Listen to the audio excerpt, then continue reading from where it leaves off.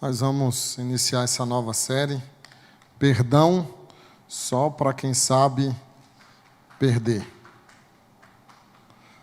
A própria palavra já fala disso, né? Perdão tem a ver com perda. Então, nós queremos abordar, basicamente, o perdão uns aos outros, não necessariamente o perdão de Deus a nós, que é muito claro na Escritura, e que não falha esse perdão, mas o perdão uns aos outros é o que mais falha. Então, eu quero iniciar com o tema Igreja, uma comunidade perdoadora. Perdão após perdão, foi uma pergunta de Pedro, quantas vezes perdoar o irmão? Quando você é o ofendido, quando você é o ofensor, e terminar a série falando sobre os obstáculos ao perdão, o que atrapalha o exercício contínuo, gracioso do perdão. Então, que Deus nos abençoe e fale com você, com a sua família, com a igreja através dessa série. Divulgue, convide, compartilhe o link para que outras pessoas também participem. Eu quero começar, irmãos, com esse filme. Talvez muitos de vocês viram. Na verdade, é um livro que originou o filme, O Conde de Monte Cristo, de Alexandre Dumas. A personagem principal desse filme é acusado injustamente por 3 amigos. Eles o acusam. Depois dessa acusação, ele é preso na masmorra, no dia do seu casamento, e ele fica, então, 12 anos preso. Ele perde o casamento, perde a esposa, perde a sua juventude, perde os seus bens, 12 anos preso, e ele, então, foge da prisão. E o objetivo da sua vida, a partir dessa fuga, é dedicar-se a vingar-se dos seus detratores, e é o que ele faz, de maneira bem diligente. Ele se vinga daqueles que o acusaram injustamente. Vai atrás de um por um desses 3 falsos amigos. E ele consegue arruinar a vida de todos eles. Ele consegue destruir esses amigos que o acusaram injustamente. Mas no final da história, o que nós percebemos? Um homem em crise que conseguiu lograr a sua vingança, ele conseguiu destruir os seus amigos, mas ele percebeu que a dor no seu coração permanecia, não aliviou. A vingança, a destruição dos seus inimigos não foi possível aplacar a dor do seu coração. Então o filme mostra isso, que ele continuou sendo uma pessoa presa, ele continuou sendo amargo e infeliz, ele conseguiu arruinar a vida daqueles que o destruíram, mas não impediu essa destruição da sua vida. Então o filme ele é bastante reflexivo no sentido de que há um outro caminho a tomar que não a vingança, o caminho do perdão. E pode ser nessa série que você vai ouvir muita coisa que você não vai gostar, porque falar sobre perdão é fácil, mas perdoar é difícil. Hoje, o perdão ele está em desuso no nosso meio. Parece um mero acessório. Inclusive na igreja, que deveria ser o reino do perdão, é o lugar em que há ausência de perdão. Na família, a ausência de perdão. Por quê? Nós vivemos num contexto de egocentrismo. Então, o egocêntrico ele tem dificuldade de perdoar. Nesse contexto, mesmo dentro da igreja de egoísmo, fica difícil falar e praticar o perdão. Você quer ter um exemplo? Tenta reconciliar 2 pessoas brigadas. Tenta ajudar alguém que precisa pedir perdão e alguém que precisa perdoar. Experimente, depois você me diga como é que foi a experiência. Para você ter noção da dificuldade que é. A maioria das pessoas envolvidas em conflitos que precisam perdoar e que precisam pedir perdão, o que elas irão dizer? Mas como assim eu? Eu tenho que pedir perdão? Eu tenho que ir atrás dele ou dela? Eu tenho que ceder? Eu tenho que me humilhar? O eu. Você vai encontrar nessas pessoas em conflitos, necessitadas de perdão, o eu. O nosso mestre Lewis disse o seguinte: o perdão vai além da justiça humana. É perdoar aquelas coisas que absolutamente não podem ser perdoadas. Se você quer justiça, não é perdão. Justiça é uma coisa, perdão é outra. Justiça tem a ver com reparação, com vingança. O perdão não. Só é perdão quando você absolutamente não pode perdoar. Aí configura perdão. Aí configura graça. Fora disso, não é. E vamos ler o texto de, eu esqueci de projetar, Filemon, capítulo 1, verso 1 e 3, 1 ao 3, que esse texto vai nos ensinar sobre perdão.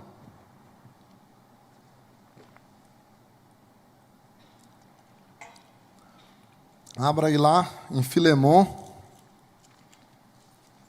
depois de Tito, antes de Hebreus, você encontra Filemon. Só é um capítulo.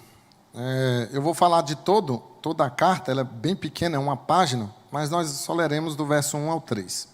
Paulo, prisioneiro de Cristo Jesus, e o irmão Timóteo, ao amado Filemon, também nosso colaborador, e a irmã Áfia e Arquipo, nosso companheiro de lutas, e à igreja que está em tua casa. Graça e paz a vós outros, da parte de Deus, nosso Pai, e do Senhor Jesus Cristo. Então, a Filemon é dirigida a carta, e à igreja que está em tua casa. Bom, esse texto, irmãos, é um dos melhores lugares para nós encontrarmos o porquê precisamos perdoar e a igreja precisa exercer o perdão. São apenas 335 versículos nessa pequena carta, pelo menos no grego. São 335 versículos. Então é muito pequena, uma página essa carta. Mas pense o seguinte comigo: o perdão é tão importante que Deus resolveu nos dar uma carta que fale desse assunto, uma carta inteira, que é a carta de Filemon, embora pequena.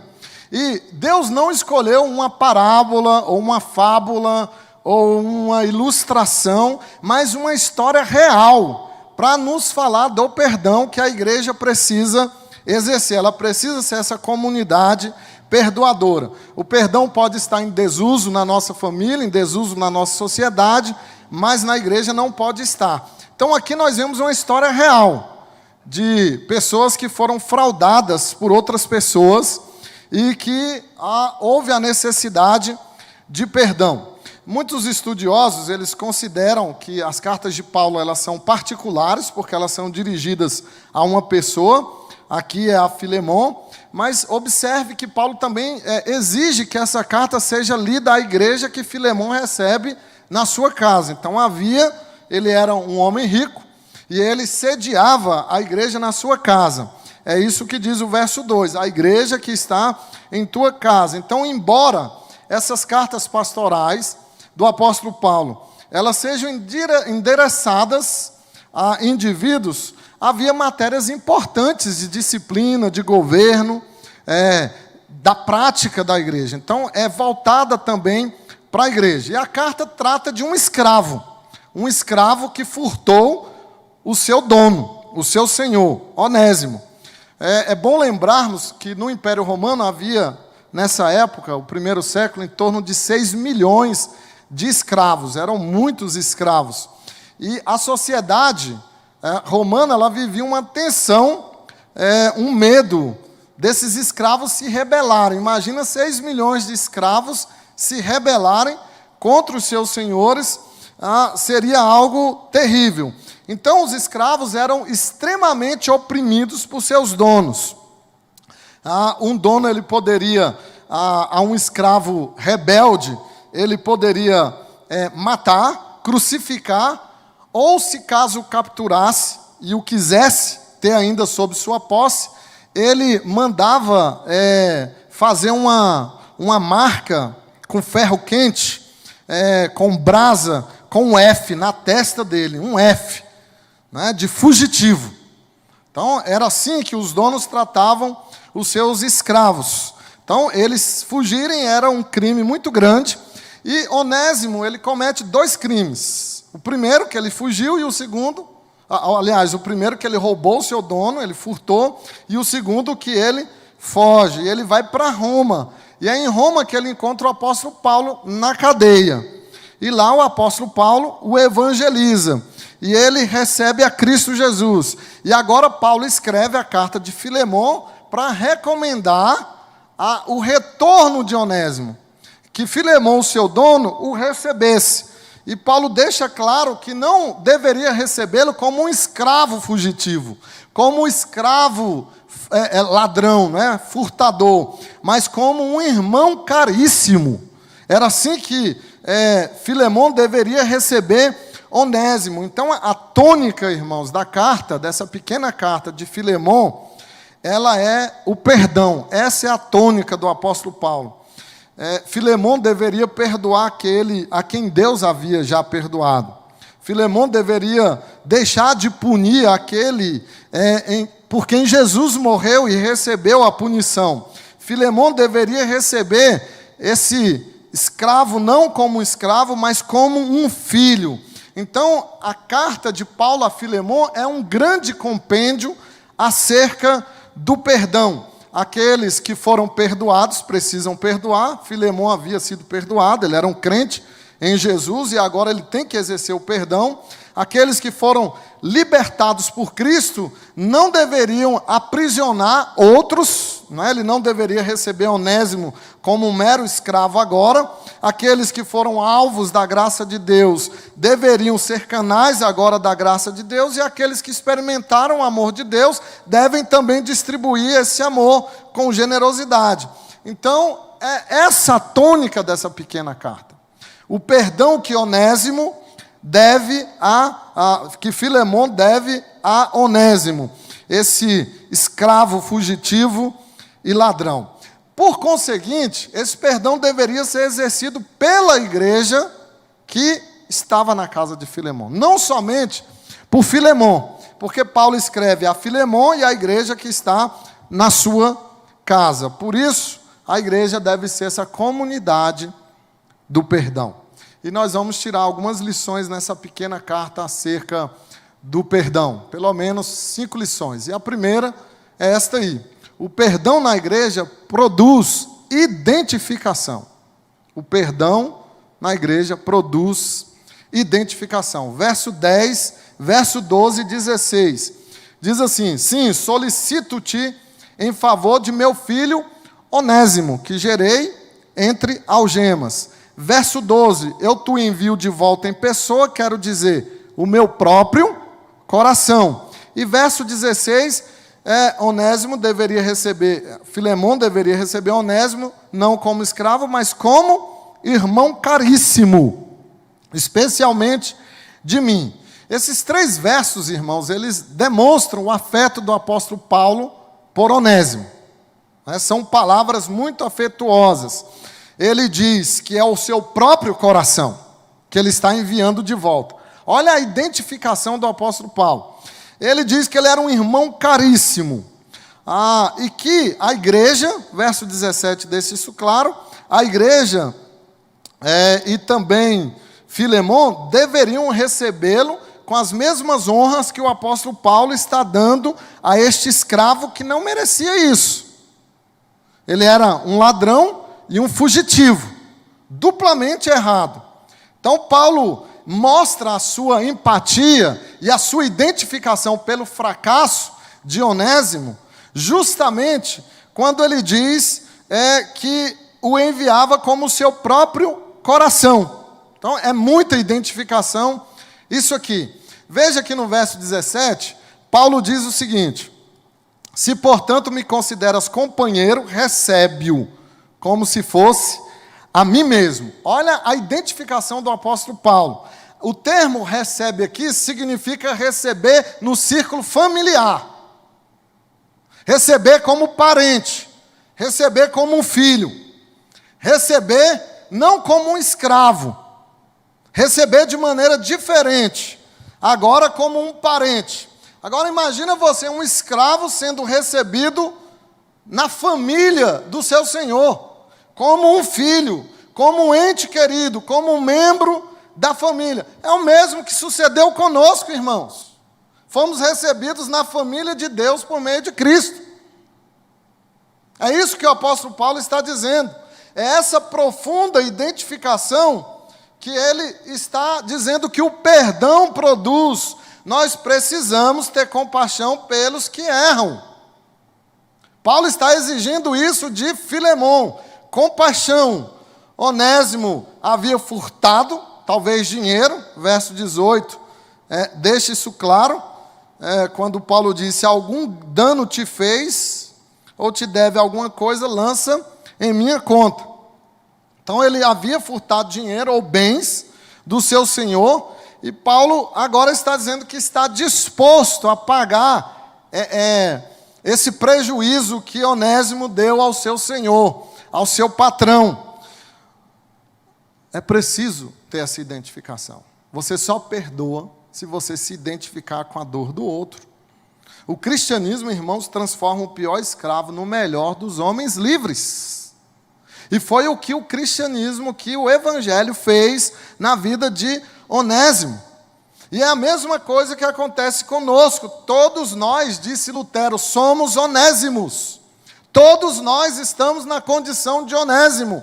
E Jesus se identificou conosco. É uma ilustração, essa carta é uma ilustração do que Jesus fez por nós. Ele se identificou, ele morreu na cruz por causa dos nossos pecados que foram lançados sobre ele. Todos nós somos onésimos, recebidos por Cristo Jesus, que se identificou com o nosso fracasso. Enquanto você não calçar os sapatos do outro, você não consegue perdoar. Você não consegue. Você não estará apto para perdoar.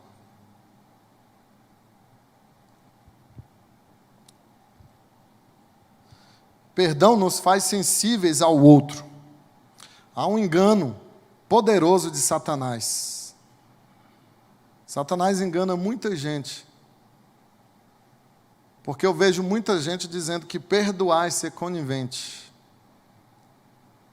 E muita gente deixa de perdoar porque acredita nisso. Perdoar não é ignorar a maldade, mas é responder à maldade imitando Deus. Se Deus fosse responder à nossa maldade, se Deus fosse responder ao nosso pecado, como você responde às pessoas que te ofendem, como seria? Quando você nega perdão, você está acentuando o seu próprio pecado. O perdão, irmãos, ele produz identificação. Produz identificação. Eu conheço um pastor que sempre, quando ele pregava, ele dizia assim: eu prefiro ver a minha filha morta do que ela engravidar sem casar.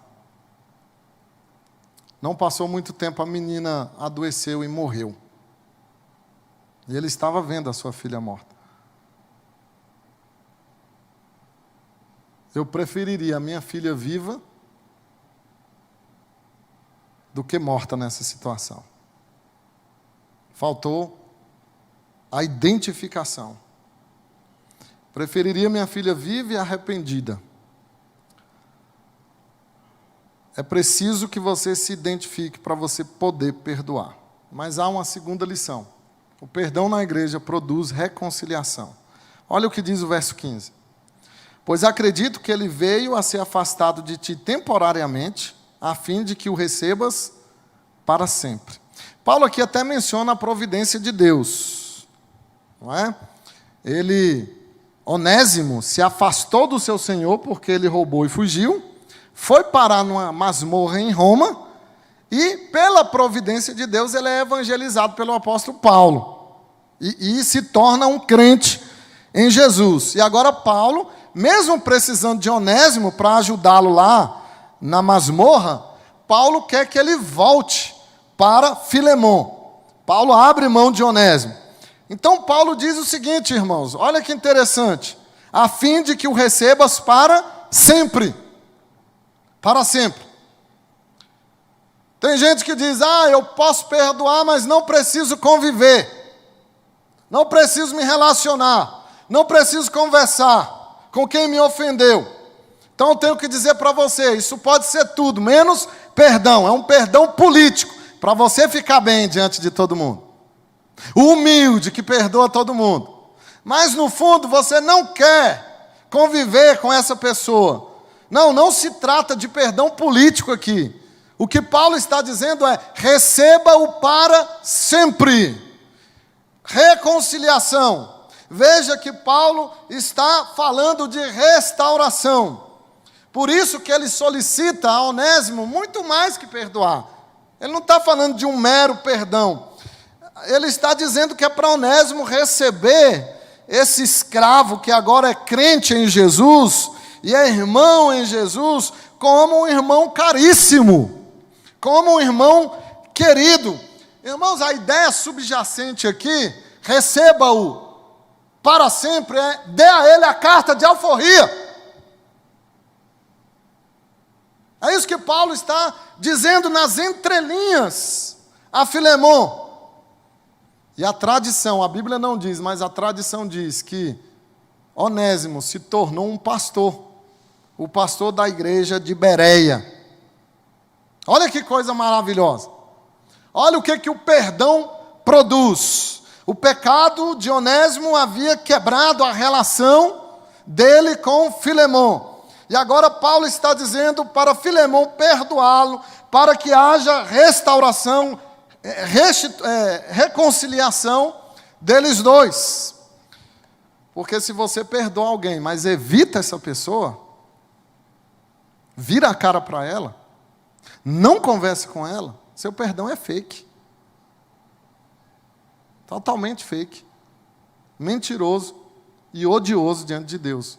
Porque ele faz você luzir de crente perdoador, mas você não é. No coração você não é. O perdão, ele chama para perto. O perdão aconchega, aproxima e reconcilia. Porque a reconciliação, irmãos, é quando você reescreve a história com quem você ofendeu. É uma reescritura dessa história. Quem manda embora, quem escorraça, não perdoou de verdade. Perdoar é tirar o peso da outra pessoa e, consequentemente, o peso de você. Porque o perdão é pesado também para quem não perdoa. Não é só para quem precisa receber o perdão. Então, Paulo está dizendo, receba-o para sempre. E lembre, esse receber aqui é como membro da família. É uma reconciliação. Não é simplesmente um mero perdão, mas uma reconciliação. Então nós vimos que o perdão produz identificação, você só perdoa à medida que você se identifica e se coloca no lugar da pessoa. Produz reconciliação, não é um perdão político. Eu perdoo, mas não quero mais ver você. Isso não é perdão. Imagina se Jesus tivesse chamado Pedro, Jesus ressuscita, Pedro nega Jesus 3 vezes, Jesus ressuscita, vai para a praia, assa um peixe, chama os apóstolos, pergunta onde está Pedro, Pedro estava ali, Jesus vai até Pedro e diz assim, Pedro, vamos aqui conversar. Imagina se Jesus batesse nas costas de Pedro e dissesse, olha, beleza, eu te perdoo, mas some da minha frente. Não quero ver mais você. Sabe o que Jesus fez com Pedro? Pastoreia as minhas ovelhas. Houve, de fato, uma reconciliação. Houve, de fato, perdão. Perdoar e falar, mas vai embora? Não é perdão, gente. Não é perdão. Recebe-o para sempre. É para sempre. Por isso que não tem isso de perdoar. Eu já perdoei 1 vez, 2 vezes, 3 vezes, 70 vezes 7. O que Jesus está dizendo é o seguinte, todo perdão é a primeira vez. É a primeira vez. Toda vez que você perdoa de forma bíblica, É a primeira vez que você está perdoando. Porque essa reconciliação é para sempre. Terceira lição. O perdão na igreja produz restauração. Verso 16. Então recebe-o não como escravo, antes muito mais acima de escravo, como irmão caríssimo. Ou seja, Paulo está dizendo assim, bem na sutileza da carta de alforria dele. Especialmente de mim e com maior razão de ti, quer na carne, quer no Senhor. Então Jesus apanha um escravo fugitivo, ladrão, e faz dele um homem livre, santo, salvo e útil. Porque não há casos perdidos para Jesus. Nós não podemos deixar de pregar, desistir de pregar, e nem de esperar a transformação das pessoas. Esse é o Evangelho. Esse homem vai parar numa masmorra fria, lúgubre de Roma, e encontra Jesus, por meio do apóstolo Paulo. E até hoje Jesus continua transformando escravos em homens livres. O Evangelho transforma um ladrão em um irmão caríssimo. Um irmão caríssimo. O Evangelho transforma inúteis em úteis. E veja o trocadilho que o apóstolo Paulo faz no versículo 11. É um trocadilho fenomenal. Paulo é o artesão das palavras, ele sabe usar bem as palavras. Veja aí no verso 11. Ele antes te foi inútil, porque roubou bens, roubou dinheiro. Atualmente, porém, é útil a ti e a mim. Por que Paulo usa esse jogo de palavras inútil e útil? Porque a palavra onésimo significa útil, por isso que era um nome comum de escravos. Era o nome mais comum dos escravos, porque um escravo tem que ser útil. Um escravo tem que ser dinâmico. Um escravo tem que ser trabalhador. Então Paulo está dizendo, é bem verdade que ele se tornou inútil para você, mas agora ele é útil. E o que devolveu a Onésimo a dignidade? O Evangelho. O Evangelho, irmãos. Onésimo era um escravo da região da Frígia, o centro da Ásia. E eles eram popularmente conhecidos como preguiçosos, ruins para o trabalho. Mas aqui o apóstolo Paulo está dizendo que Onésimo fora transformado pelo poder do Evangelho. E ele é feito filho, não mais escravo. Ele é feito útil, não mais inútil. O Evangelho tira algo da sua inutilidade e o coloca de novo para ser útil. Jamais devemos duvidar do poder de Deus para transformar pessoas. Não existe ninguém incurável para Deus, irrecuperável. O Evangelho abraçou os escorraçados, escolheu aqueles que eram repudiados, estendeu graça aos leprosos, às prostitutas, aos samaritanos e trouxe esperança para os gentios. O Evangelho alcançou Adão no Jardim do Éden, o melhor lugar do mundo, o Jardim das Delícias, e ele caiu. Alcançou Moisés, Davi, Sansão, Raabe. Eles são troféus da graça de Deus. Não há ninguém que Deus não possa restaurar por sua graça. É por isso que na igreja deve haver perdão, porque falta na família, falta na empresa, falta na escola, falta no trabalho, não pode faltar na igreja de Cristo. O perdão produz restauração. Foi o perdão de Deus que restaurou Onésimo. E agora ele tinha que voltar para a casa do seu Senhor, restaurado à posição de filho, e receber a restauração à sua liberdade. Então nós vimos que o perdão produz identificação, produz reconciliação, produz restauração, mas em quarto lugar o perdão produz restituição. Restituição. Verso 18 e 19, irmãos, veja as palavras inspiradas que o Espírito Santo deu ao apóstolo Paulo. E se algum dano te fez, ou se te deve alguma coisa, lança tudo em minha conta. Eu, Paulo, de próprio punho escrevo, eu pagarei, para não te alegar que também tu me deves a ti mesmo, porque provavelmente Paulo que evangelizou Filemão. Veja que a suposição aqui subjacente do apóstolo Paulo é que ele conhecia a lei romana, mediante a qual, se você desse guarida a um escravo fugitivo, você ficava devendo ao senhor desse escravo o valor da perda do trabalho, os bens que por acaso ele tivesse roubado. Então Paulo, conhecedor dessa lei romana, ele já se antecipa e diz a Filemão o seguinte: olha, se ele te fez algum dano, lança na minha conta. O que é perdão? Pagar a conta. Perdão é pagar a conta. Embora, irmãos, Paulo esteja pronto para pagar essa dívida, e ele afirma, veja que é um documento. Ele diz, eu escrevo de próprio punho, eu pagarei. Eu pagarei. Você tem pagado a conta? Você está disposto a pagar a conta? Isso é perdão.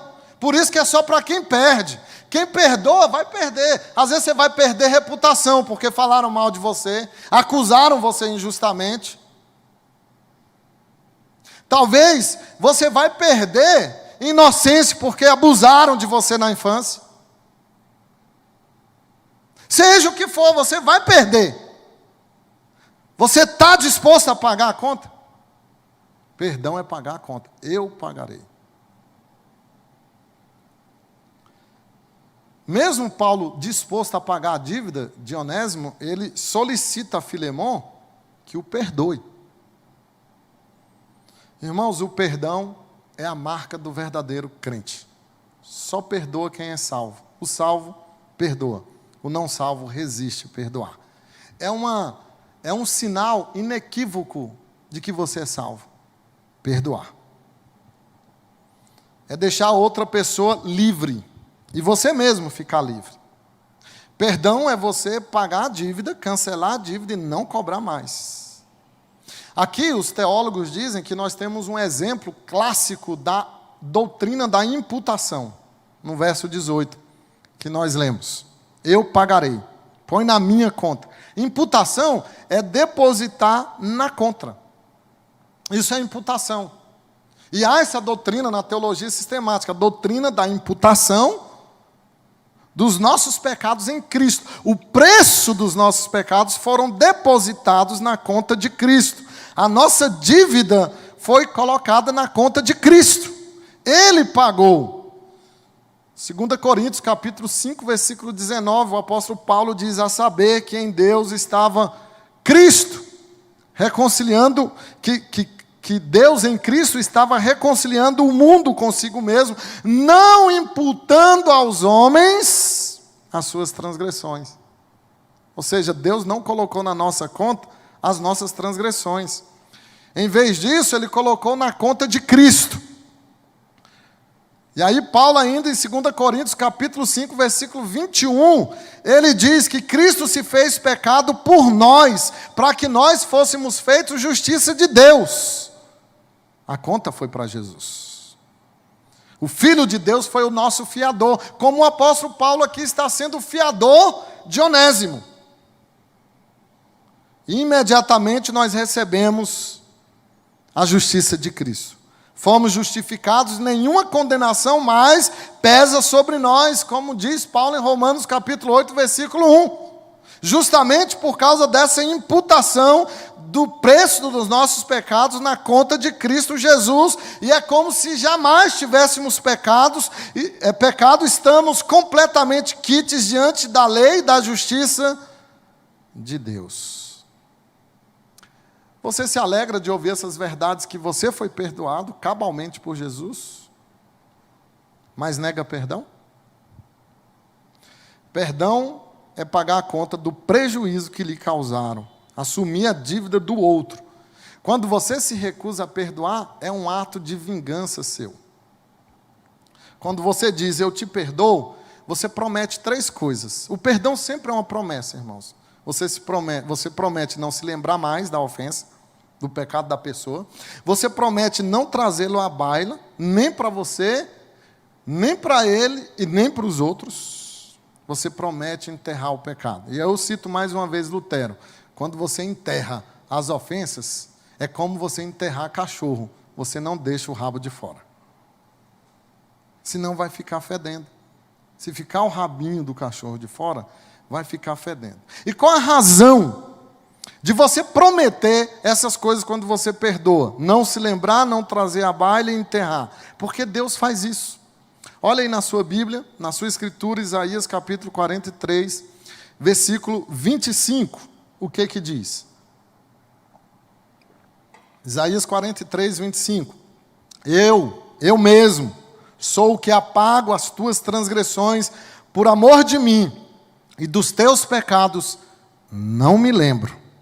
Veja que a Escritura diz não se lembrar, não é? Não esqueço.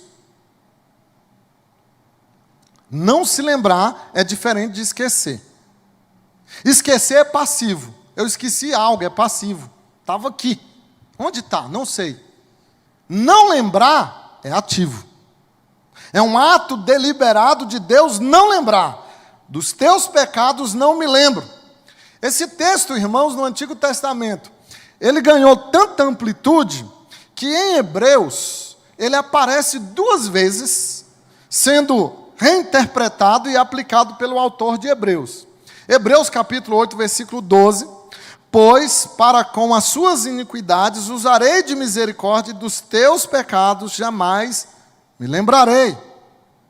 O autor de Hebreus está aplicando Isaías 43, versículo 25. Ainda em Hebreus 10, 17, o mesmo acontece. Também de nenhum modo me lembrarei dos teus pecados e das suas iniquidades para sempre. Por que nós devemos perdoar dessa maneira? Porque Deus faz assim. Isso é pagar a conta. Isso é restituir. Então nós aprendemos que perdoar na igreja é assumir o dano. O perdão produz identificação, produz reconciliação, produz restauração, produz restituição. Mas há uma quinta verdade. O perdão na igreja produz ânimo. Ânimo. O versículo 20, Paulo encerra essa pequena carta, porém substancial e poderosa, dizendo: sim, irmão, que eu receba de ti no Senhor este benefício. Qual benefício? O apóstolo Paulo era muito altruísta, pensava no outro. Ele estava preocupado com Onésimo. O benefício de Onésimo ser recebido por Filemon e ter a sua liberdade, a sua carta de alforria. Então, esse é o benefício. Paulo diz que eu recebo esse benefício no Senhor. Reanima-me o coração em Cristo. Irmãos, o texto está dizendo que o perdão traz alegria para os três. Para o ofensor, Onésimo, principalmente para ele. Para o ofendido, Filemon. E para o mediador, o apóstolo Paulo. Está dizendo: reanima-me o coração. Quando não há perdão na igreja, há desânimo. Reanima-me em grego é dar descanso. Falta de perdão cansa a igreja. Deixa lenta, distraída, fragmentada e apática. O perdão, irmãos, traz descanso e traz alegria. O perdão faz a igreja ser mais viva. E você pode até, diante da ofensa que você sofreu, você pode achar que o perdão é injusto. Até o dia que você precisar de perdão, você vai pensar isso. O dia que você precisar de perdão, você vai mudar de ideia. Você vai mudar de ideia. Todos nós somos onésimos. Hoje, talvez você está do lado que está Filemon, o ofendido. Mas não vai demorar. Você vai ser o ofensor. E você vai precisar de perdão. E você vai valorizar o perdão. Eu quero encerrar com a história dessa libanês. essa libanesa, Maria. Ela foi entrevistada pelo Robert, que é o presidente da Visão Mundial, uma agência missionária. Maria morava numa vila, numa vila, lá no Líbano, uma vila cristã. E na década de 80, estava havendo uma guerra entre os israelenses e os libaneses, os sírios sulistas, uma guerra muito grande. E para acentuar essa guerra, algumas milícias se juntaram também. Sendo que alguns milicianos muçulmanos entraram na vila onde morava Maria, uma aldeia, entraram matando as pessoas, porque lá só moravam cristãos. Maria, correndo, tropeçou, caiu. Um jovem de apenas 20 anos colocou uma arma na cabeça de Maria e gritou para ela: renuncie à cruz ou morra. E ela disse para ele: eu nasci cristã e vou morrer cristã. E ele disparou no rosto dela.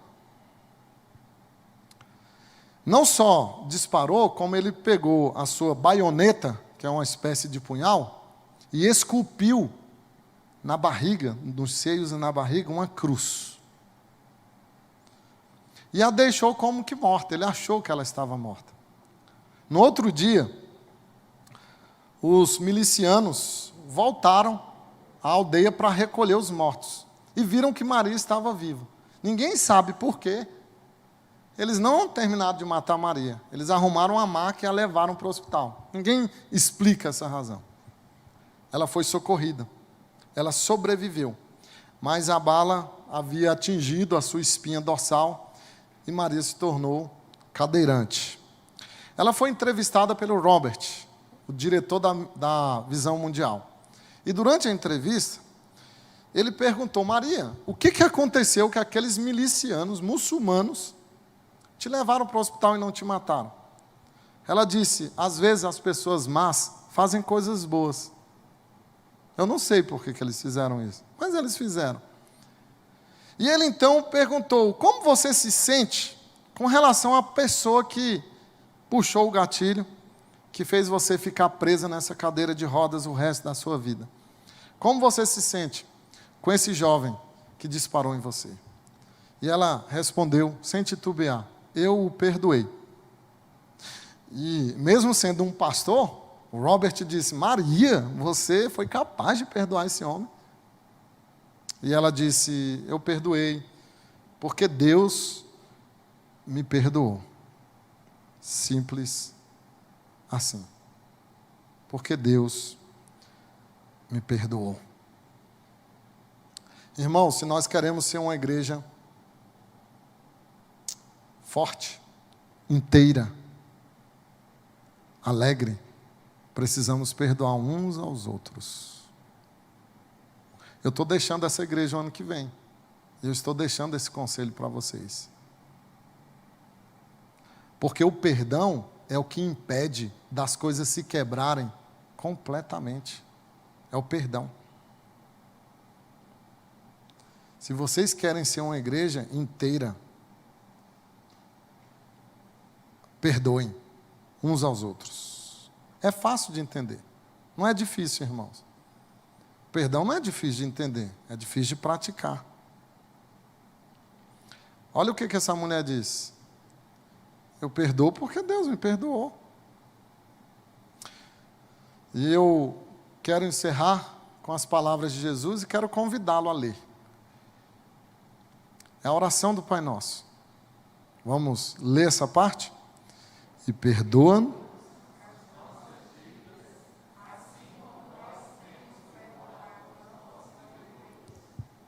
Agora eu pergunto para você, são palavras de Jesus em Mateus 6. Você pode hoje fazer essa oração? Você pode perdoar o seu pai abusivo, autoritário, que infringiu em você sofrimento, seu marido, seu parente. São as relações mais complexas que nós temos. Quem você tem que perdoar para você fazer essa oração? Você pode hoje orar o Pai Nosso? Pense nisso e não saia daqui sem a decisão tomada de perdoar. Vamos ficar de pé, orar e encerrar o culto. Ensina-nos, ó Deus, a perdoar, porque o perdão traz todos esses benefícios que nós vimos, de identificação com a dor do outro, o fracasso do outro, de restituição, reconciliação, restauração, ânimo.